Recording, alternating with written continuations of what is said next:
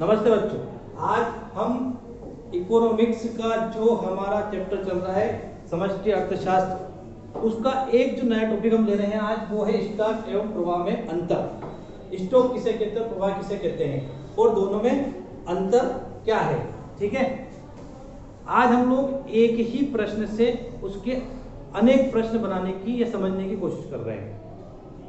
मैं आशा करता हूं कि आप लोगों को इस विधि से समझ में आ जाएगा कि अंतर स्पष्ट का जो एक प्रश्न होता है, उस अंतर स्पष्ट के एक प्रश्न के जो दो पॉइंट होते हैं, उन दोनों पॉइंटों के इस प्रश्न को समझने या इस प्रश्न को याद करने से इन दोनों पॉइंट के और अन्य प्रश्न भी जो छोटे होते हैं, लघु उत्तरी और अति लघु उत्तरी, वो प्रश्न हम लोग कैसे यहीं से एक ही प्रश्न के उत्तर से तय कर सकते हैं। हमको ये जानना है, आज ये समझना है कि स्टॉक क्या है और प्रवाह क्या है। देखा जाए तो स्टॉक किसे कहते हैं, एक प्रश्न बनता है। फिर देखा जाए तो प्रवाह किसे कहते हैं, एक प्रश्न बनता है। लेकिन इन दोनों प्रश्नों को अलग अलग याद करना, फिर एक एक प्रश्न बनता है कि स्टॉक की विशेषता क्या है और प्रवाह की विशेषता क्या है, स्टॉक की उपयोगिता कहाँ होती है, प्रवाह की उपयोगिता होती है। ऐसे अनेक छोटे छोटे प्रश्न हैं, उनको हम समझ सकते हैं एक प्रश्न से। सबसे पहले हम बात करते हैं स्टॉक और प्रवाह में अंतर स्पष्ट की। दोनों में क्या डिफरेंट है या दोनों कैसे कैसे काम करते हैं। तो सबसे पहले हम बात करते हैं क्रमांक एक बिंदु की, और वो अंतर का आधार लेते हैं हम लोग यहाँ पर दोनों की डेफिनेशन। अगर हम दोनों की डेफिनेशन यहाँ लिख देते हैं, समझ लेते हैं या याद कर लेते हैं, क्या होगा, क्या होगा उससे अंतर स्पष्ट का एक पॉइंट क्लियर होगा। ठीक है ना, हम बात इसी प्रश्न ही करेंगे। 4 नंबर का जो प्रश्न हमारा ये है, ब्लूप्रिंट के अकॉर्डिंग स्टॉक और प्रवाह किसे कहते हैं या स्टॉक प्रवाह में अंतर स्पष्ट कीजिए। ठीक है, लेकिन इसके साथ हम लोग और कई प्रश्न इससे जुड़े हुए छोटे छोटे प्रश्न समझने की कोशिश कर लेंगे, या फिर इसको याद कर लिया, इसको समझ लिया तो बाकी अन्य प्रश्न इनसे संबंधित कर सकते हैं। फॉर एग्जाम्पल, मैं कौन हूं, आप मेरे को जानते हो बाय फेस बाय नेम, या कुछ स्टूडेंट ऐसे होंगे जो बाय होम तक मुझे जानते होंगे। ठीक है, लेकिन मैं कैसा हूं अंदर से, बाहर आउट सब देखते हैं, सबको दिखता है, मैं अंदर से कैसा हूं, मेरे गुण क्या है, मेरे अवगुण क्या है, मेरी हॉबीज क्या है, ये अगर कोई जानता है मेरे बारे में तो वो मेरे बारे में एक से अनेक प्रश्न का जवाब दे सकता है। सिंपल। अब आप लोग मेरे से पढ़ते हो, कुछ स्टूडेंट आप में से मेरे से घनिष्ठ हैं, जुड़े हुए हैं, वहां तक संभव है कि आप मेरे बारे में एक दो प्रश्न का उत्तर दे सकते हो, लेकिन मेरे बारे में एक से अनेक प्रश्नों का उत्तर कौन दे सकता है, माय फैमिली, और उनमें भी एक मेंबर होता है, कौन, माय वाइफ, वो मेरे बारे में एक से अनेक प्रश्नों का जवाब दे सकती है, जो मैंने आपको बताया कि मेरे बारे में जानकारी बताई है। तो ठीक उसी प्रकार से हम लोग स्टॉक और प्रवाह में अंतर स्पष्ट करने वाले प्रश्न से क्या करेंगे, भी इनसे संबंधित इनके और छोटे छोटे प्रश्नों का उत्तर जानने की कोशिश करेंगे। शुरुआत करते हैं अपन अंतर का आधार। सबसे पहले कहते हैं हम लोग आशय, जिसको हम अर्थ कहते हैं। दोनों का हम लोग अर्थ जानेंगे तो हमको अपने आप मालूम पड़ जाएगा दोनों की डेफिनेशन, और हम एक एक प्रश्न का उत्तर दे सकते हैं अलग से। देखिए, स्टॉक किसे कहते हैं, बोलिए, आप में से किसी को पता है तो बोल सकता है स्टॉक, एनीवन, नहीं। हमारे घर पे अभी जो खरीफ की फसल सोयाबीन उत्पादित होकर आई है, और हमारे घर पे 20 बोरी सोयाबीन की उत्पादित होकर घर पे रखी हुई है, हमने उसको मार्केट में नहीं बेची, क्या कहोगे, स्टॉक। आपने नहीं बेची उसका रीजन नहीं जान रहे हैं, आपके घर में, अच्छा घर में जहां हम रहते हैं वहीं रखते हैं, या अलग से उसका गोदाम होता है, या अलग से उसका रूम होता है फसल को संग्रहित करने का, जिसको इको की भाषा में या विज्ञान की भाषा में गोदाम कहा जाता है। ठीक है ना, गोदाम में रखी हुई कई बड़े बड़े जो मकान होते हैं, आपके हो सकते हैं, मेरा हो सकता है, बंगलेज होते हैं, उनमें एक रूम होता है स्टोर रूम। ठीक है ना, वहां पर इस प्रकार की सामग्री रखी जाती है। हम सिंपल से अपनी देशी भाषा में बात करते हैं कि हमारे घर पे सोयाबीन रखी हुई है जो अभी पैदा हुई खरीफ की फसल से, क्या है, स्टॉक। कितनी, 20 बोरी। पर भाई बेच बन दिया तुमने, नहीं बेच रहा ना, अभी भाव नहीं है, कब बेचोगे, भाव आएगा। तो जब भाव आएगा, मान लीजिए 5 साल तक आपकी सोयाबीन का भाव नहीं आएगा, तब तक आपको उसको संभालना है, केयर करनी है, तो उसके लिए ऐसी व्यवस्था आपको देनी पड़ेगी ताकि वो खराब नहीं हो, है ना। तो जो बीज बोरी आपके घर पे अभी खरीद, तो स्टॉक मतलब उत्पादित वस्तु जो उत्पादित हो गई है लेकिन उपभोक्ता तक पहुंचने से पहले या बाजार में पहुंचने से पहले जो स्टोरेज करके रखी जाती है, क्या कहलाती है? स्टॉक। अब यहाँ अर्थ की बात कर रहे हैं, ये तो अपने एक जनरल भाषा में, अपनी भाषा में, सामान्य भाषा में इसका अर्थ जान लिया, स्टॉक किसे कहते हैं, है ना। अतिरिक्त माल को स्टॉक कहेंगे, या उत्पादित माल जो मार्केट में जाने से पहले रखा जाता है वो स्टॉक कहलाता है। ये हमने सामान्य भाषा में बात कर ली। अब इकोनॉमिक अर्थशास्त्र की भाषा में बात करें इसके अर्थ की, तो एक समय विशेष में, कंडीशन ध्यान रखेंगे आप, है ना, एक समय विशेष में समय के विशेष बिंदु पर मापे गए चर का मूल्य क्या है? समय के विशेष बिंदु पर, ध्यान देंगे आप लोग, मैं इसको अभी सरल कर दूंगा। समय के विशेष बिंदु पर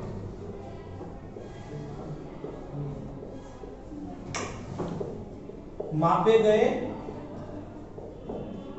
चर, चर किसको कहोगे आप? चर का मूल्य या चर मूल्य। एक समय विशेष पर, समय के विशेष बिंदु पर, थोड़ा सा यहां आपको ध्यान देने की आवश्यकता पड़ेगी। स्टॉक का अर्थ नॉर्मली मैंने आपको बता दिया अभी, है ना, लेकिन इकोनॉमिकल हमको इसको जानना पड़ेगा। एक ही शब्द है समय, जो भी प्रभावी आएगा फिर आप कंफ्यूज हो गए।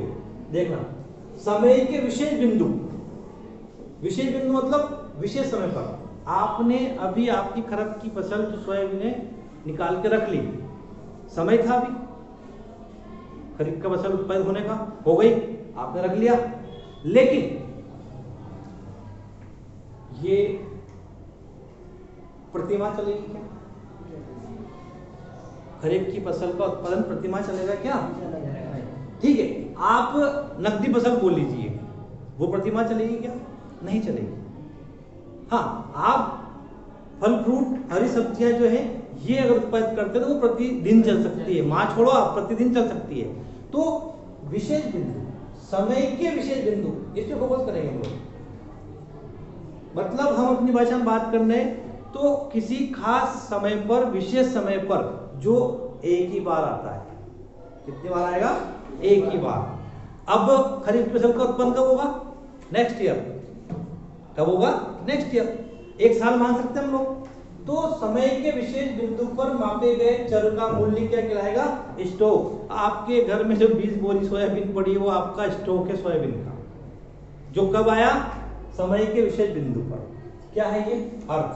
किसका? स्टॉक का। एक प्रश्न क्लियर? स्टॉक किसे कहते हैं? आप चाहे तो इसको लिखिए, या चाहे आप नॉर्मल भाषा में मैंने आपको समझाया उसको लिखिए। क्लियर? अब बात करते अपन प्रवाह की। प्रवाह किसे कहते हैं? अब स्टॉक के लिए मैंने एग्जांपल दे दिया आपके 20 बोरी सोयाबीन का। अब ये 20 बोरी सोयाबीन आपने अपने घर में रखी और रीजन आपका है कि जब भाव लगेंगे, भाव बढ़ेंगे तब हम इसको बेचेंगे, ठीक है ना। मान लीजिए कल ही भाव बढ़ गए और आपने कल ही इसको बेच डाला, क्या हुआ? आपका स्टॉक खाली हो गया। आपका स्टॉक खाली हो गया। हम प्रतिदिन खाना खाते हैं, साला ईश्वर ने ऐसा कोई बनाया नहीं सिस्टम बॉडी के अंदर कि एक बार खाने से ही काम चल जाए। स्टॉक प्रवाह, स्टॉक और प्रवाह चक्र चल रहा है, ठीक है ना। फिर अगर हम बात करें, आप स्टूडेंट हो, मैं अब वयस्क से ऊपर निकल चुका हूं, वृद्ध की ओर अग्रसर हूं, है ना। आपकी बॉडी ग्रोथ करने वाली है अभी। पिछले साल आप छोटे थे, उससे 2 साल पहले और छोटे थे, और आप थोड़े बड़े हो गए। आप 12th करके यहाँ चले जाओगे, उसके बाद फिर हम जब आपको जब मिलेंगे, आप जब हमको मिलेंगे 2-4 साल बाद, हम पहचान नहीं पाएंगे आपको। हम तो ऐसे रहेंगे, क्योंकि बॉडी ग्रोथ एक फिक्स एज तक चलता है ना। आपकी बॉडी ग्रोथ करती जा रही है। क्या है? क्या है? स्टॉक कहोगे, प्रवाह कहोगे? प्रवाह। आपकी 20 बोरी सोयाबीन निकल गई बाजार में, क्या हो गया? प्रवाह। अब की बुक के अकॉर्डिंग इकोनॉमिकल बात करते हैं तो प्रवाह की डेफिनेशन ये है कि एक निश्चित समय अवधि में, माता घूमना चाहिए, आपका प्रश्न होना चाहिए, एक निश्चित समय अवधि में क्या है? चर का मूल्य। एक निश्चित समयावधि में मापे गए चर का मूल्य। चर यहां मात्रा कहलाएगी, ध्यान रखना।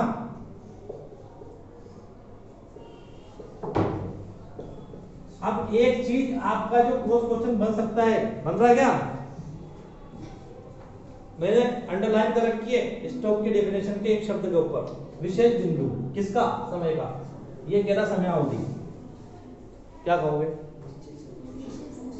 क्यों निश्चित समय इसके लिए भी कहा आपने, इसके लिए निश्चित समय हो गया। पहले एग्जांपल में मैंने कहा कि आपकी 20 बोरी गेहूं सॉरी सोयाबीन आप जो बेचोगे वो भाव बढ़ने बेचोगे और 5 महीने तक भाव नहीं बढ़ता, आपको स्टॉक पे रखना है, सुरक्षा प्रदान करनी, उसका रख रखाव करना है। किसका? सोयाबीन का, है ना। और एक से मैंने लास्ट में कहा कि कल उसके भाव बढ़ जाएंगे, आप कल ही बेच दोगे। अंतर है दोनों समय में, कहाँ 5 महीने और कहाँ 1 दिन। समय अवधि यहाँ भी है और समय यहाँ भी है। मैंने पहले भी इसलिए अंडरलाइन किया था और फिर मैं आपको बता रहा हूँ कि समय अवधि में कंफ्यूजन दोनों में नहीं होना। समय अवधि, अब मैं एग्जांपल देता हूँ, इसकी समय अवधि 1 वर्ष से पहले नहीं होगी, है ना, 1 माह हो सकता है। स्टॉक की समय अवधि विशेष समय, खरीफ की फसल होगी तभी सोयाबीन उगेगा।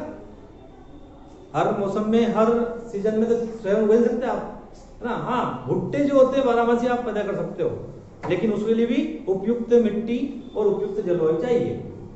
हम जाते ना कहीं घूमने सफर करने, तो और अभी भुट्टे का सीजन नहीं, यहाँ तो भुट्टे मिल रहे हैं, आश्चर्य होता है हम लोगों को। तो वो डिपेंड करता है वातावरण के ऊपर और मिट्टी के ऊपर, ठीक है। तो वो 12 मासी हो सकती है।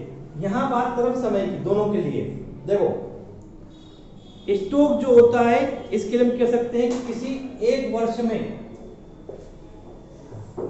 में देश की जनसंख्या, वैसे नॉर्मली 5 सालों में 10 सालों में जनगणना होती है ना। 1 साल में देश की जनसंख्या, देश की राष्ट्रीय आय, देश की संपदा, उसकी हम बात करेंगे। क्या किसमें काउंट होगी वो? स्टॉक। 1 साल की बात करें, 1 वर्ष की।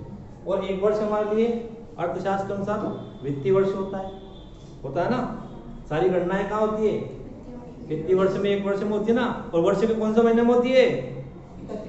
31 मार्च तक कर ली जाती है और 1 अप्रैल से न्यू सेशन वित्तीय वर्ष का चालू हो जाता है। इसीलिए स्टॉक, इसका एग्जांपल सुन ले आप, जिसे इसने दिया है एग्जांपल, हम बात करते हैं एग्जांपल की कि 1 माह, जैसे 1 जनवरी 2018 को गोडाउन में माल का स्टॉक, 1 जनवरी 2018 माल का स्टॉक, छोड़ो, आपके घर में रखी हुई 20 बोरी सोयाबीन की तारीख आप कोई लिख सकते हो, कल की ले लो, कल आपका खेत से आया घर में, है ना, कल की तारीख लिख सकते हो आप यहाँ।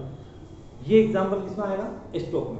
बार-बार समयावधि कर रहे, दोनों में आया इसलिए, ठीक है। अब प्रवाह की समयावधि क्या हो सकती है? देखो, प्रवाह की समयावधि हो सकती है माह जनवरी 2018 में शक्कर का उत्पादन,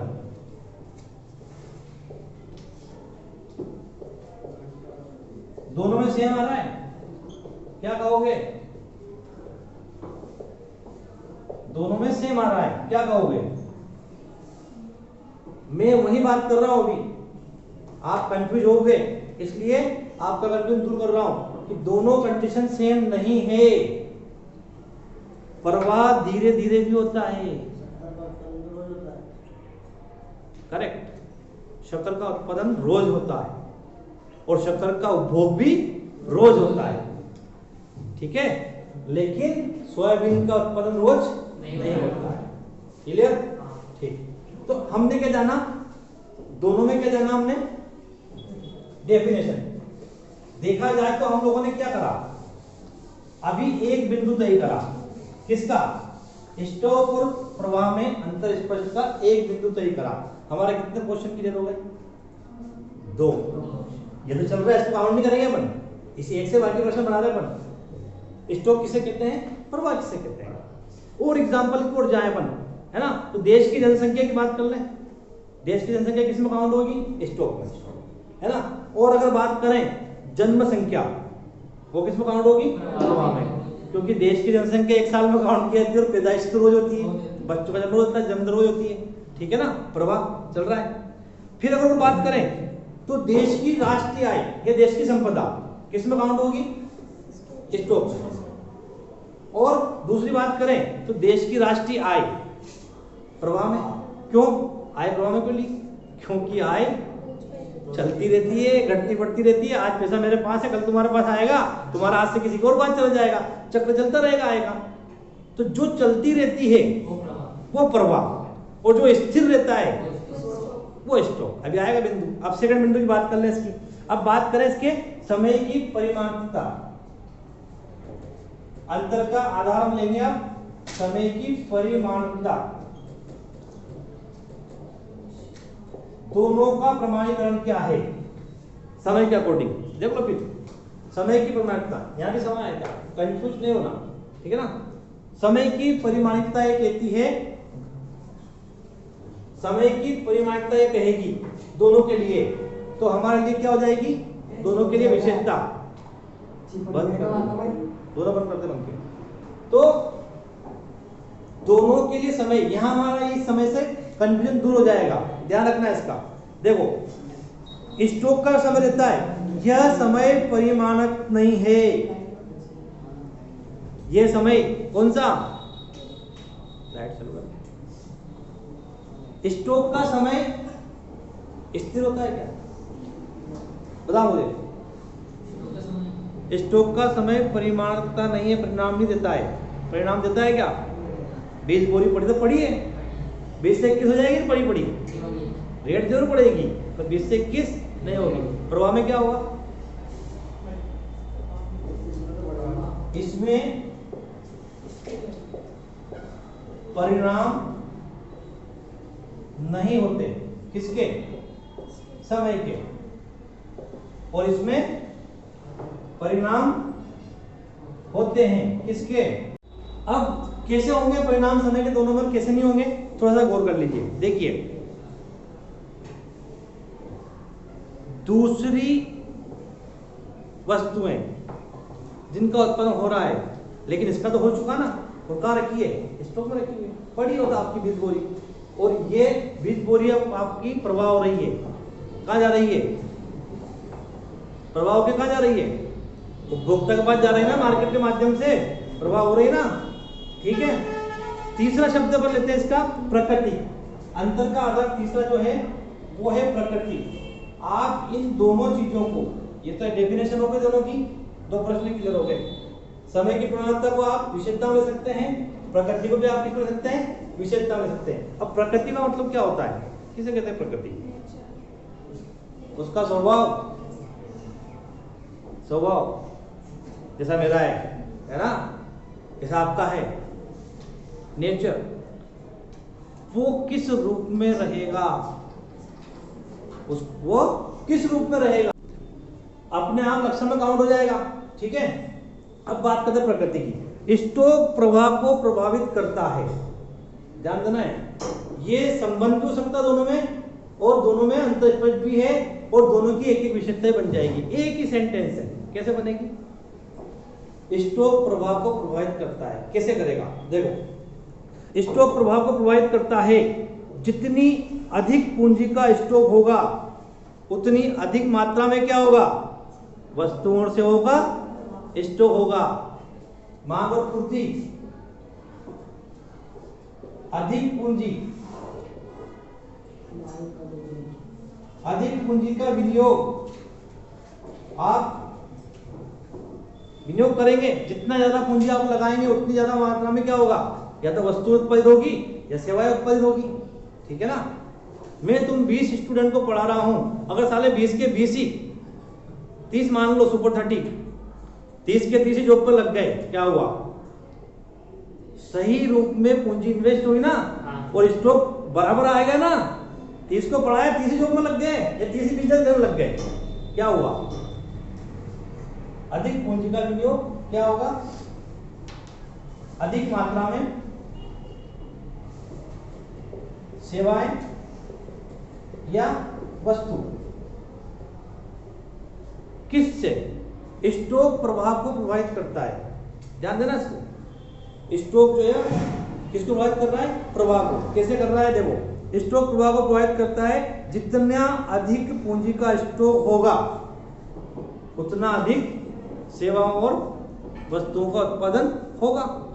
एक मुहावरा मालूम है, जितना गुड़ डालोगे उतना मीठा होगा, जितना गुड़ डालोगे उतना अधिक मीठा होगा। क्यों? जितनी पूंजी लगाओगे उतना अधिक उत्पादन होगा। प्रभावित कर दिया किसको? प्रवाह को। विशेषता में लेंगे इसको पर। अबे आप में सब दिख रहा है किसी के पल्ले नहीं पड़ी है बात। प्रभावित कैसे करा?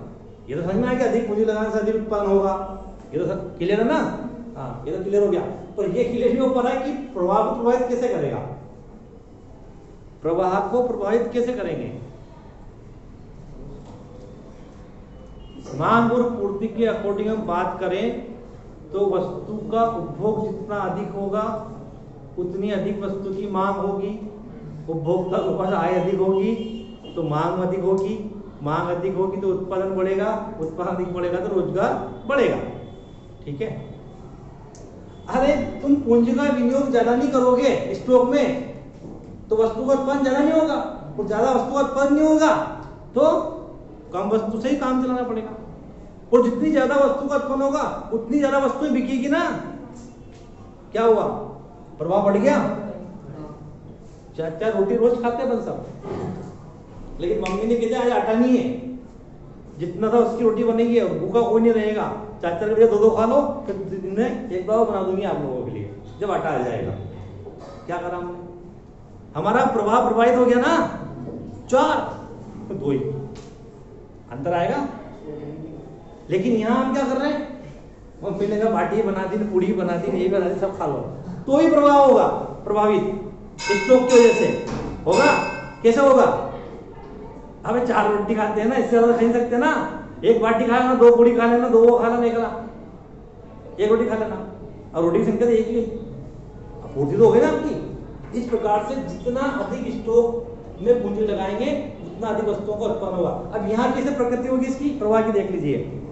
देखो, यह गुणात्मक अवधारणा का प्रतिनिधित्व करता है। इसकी प्रकृति स्थैतिक रहती है, स्थायी। क्या रहेगी इसकी?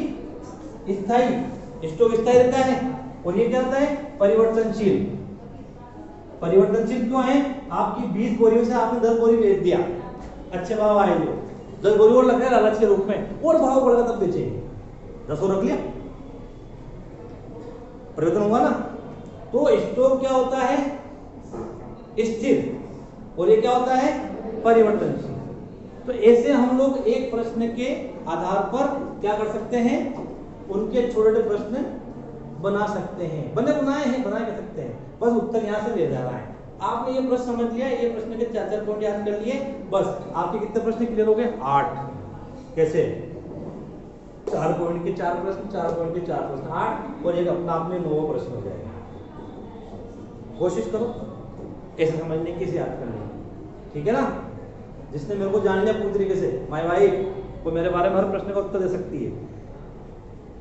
फॉर एग्जाम्पल देखती है ना, क्या हॉबीज है, क्या अच्छा है, क्या बुरा है, क्या गलत है, सब बता सकती हो।